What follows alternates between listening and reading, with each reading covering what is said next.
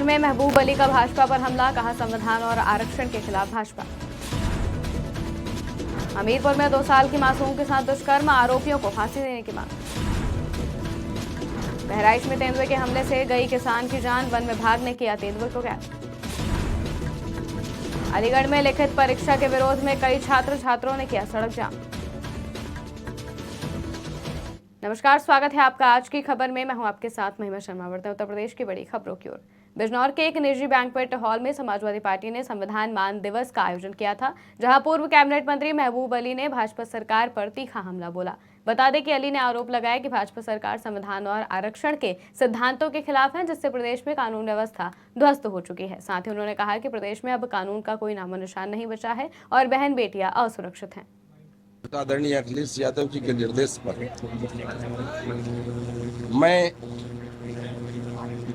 जो हमने पार्लियामेंट में एक जेन्युइन मुद्दे की तरफ, जो होने वाली घटना की तरफ पूर्व में संज्ञान लेकर हमने उसे उठाया था पार्लियामेंट में कि अगर सरकार में ये रहे तो निश्चित इनके नेताओं ने बोला है कई जगह कि हम संविधान बदल देंगे।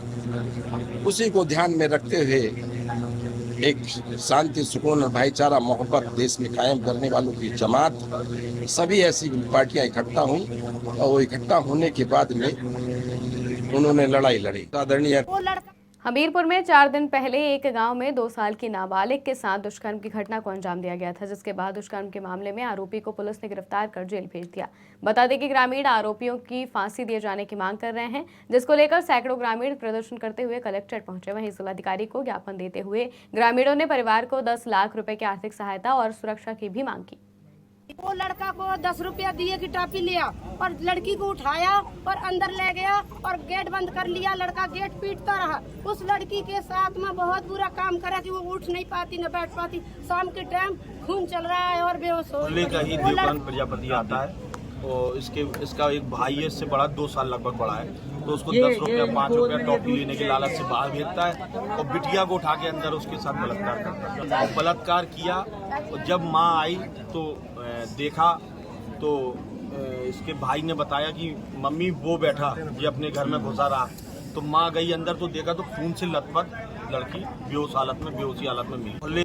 बहराइच में एक 40 साल के किसान पर तेंदुए ने हमला कर दिया था। वहीं घायल किसान की मौके पर ही मौत हो गई थी। बता दें कि ग्रामीणों ने वन विभाग के कर्मचारियों को इस घटना की जानकारी दी, जिसके बाद वन विभाग ने कड़ी मशक्कत के बाद तेंदुए को पिंजरे में कैद कर लिया।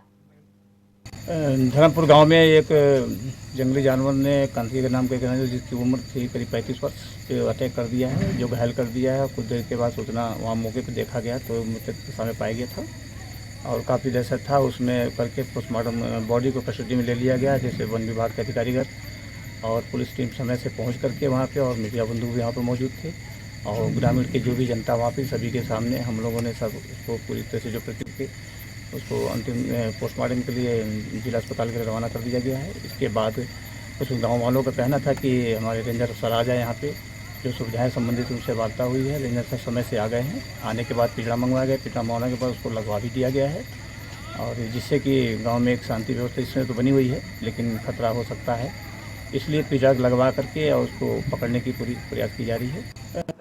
अलीगढ़ के कॉलेज के छात्रों ने लिखित परीक्षा के विरोध में सड़क जाम कर प्रदर्शन किया। बता दें कि छात्र इससे पहले भी 2 बार यूनिवर्सिटी कार्यालय पर धरना दे चुके हैं। तब छात्रों को आश्वासन देकर लौटा दिया गया था, जिसके बाद छात्रों ने यूनिवर्सिटी कार्यालय का घेराव किया।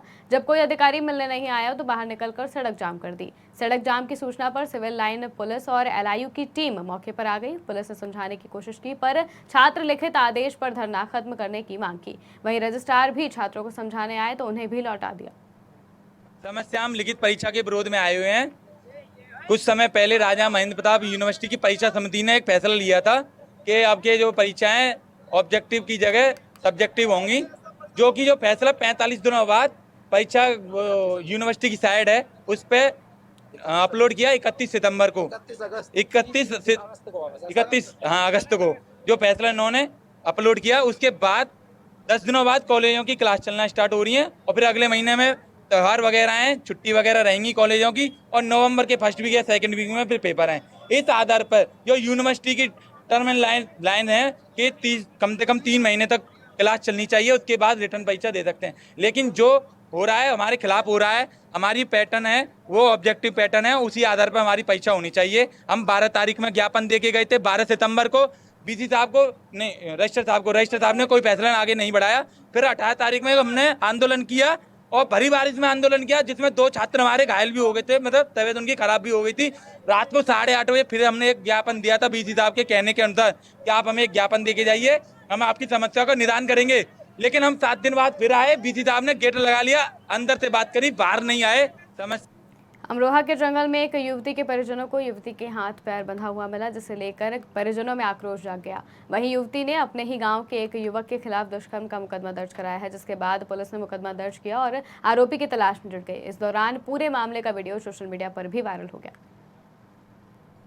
बांदा से एक हैरान करने वाला मामला सामने आया है, जहां एक अस्पताल से 10,000 रुपए का रंगदारी न देने पर भड़के एक युवक ने सरेआम फायर झोंककर इलाके में दहशत फैला दी। वहीं ये कारनामा अस्पताल में लगी सीसीटीवी कैमरे में कैद हो गया, जो सोशल मीडिया पर वायरल हो रहा है। जिसके बाद पीड़ित डॉक्टर ने थाना में एप्लीकेशन दी है। अपर पुलिस अधीक्षक शिवराज ने बताया कि पुलिस की 2 टीमों को लगाया गया है, जल्द ही गिरफ्तार कर जेल भेज दिया जाएगा। आरोपी भाजपा युवा मोर्चा के मंडल अध्यक्ष है। जिलाध्यक्ष ने इसकी पुष्टि की है। जनपद बांदा थाना बिशंडा या तर्रा रोड पर एक क्लिनिक में रात्रि के समय रणविजय सिंह उर्फ गोलू गौर नाम के एक व्यक्ति के द्वारा अपने साथियों के साथ क्लिनिक में फायरिंग की गई और दहशत फैलाई गई, जिस संबंध में अभियोग पंजीकृत किया गया थाना बिशंडा में। 2 टीमें लगाई गई हैं, शीघ्र ही गिरफ्तारी करके उसको जो है गिरफ्तार किया जाएगा। इसमें ये स्पष्ट करना है कि इसमें जो धारा 109 BNS के तहत अभियोग पंजीकृत है, उसमें अभियोग में धाराएं बढ़ाई गई हैं। जो पहले IPC में धारा 307 था, उसमें अभियोग की विवेचना की जा रही है और शीघ्र इसका विधिक निस्तारण। आगामी 3 अक्टूबर को शुरू होने वाली शारदीय नवरात्रि के लिए तैयारियों ने जोर पकड़ लिया है, जिसके चलते विभिन्न स्थानों पर मां दुर्गा की भव्य प्रतिमाओं को तैयार किया जा रहा है, जिन्हें नवरात्रि के दौरान पंडालों में स्थापित किया जाएगा।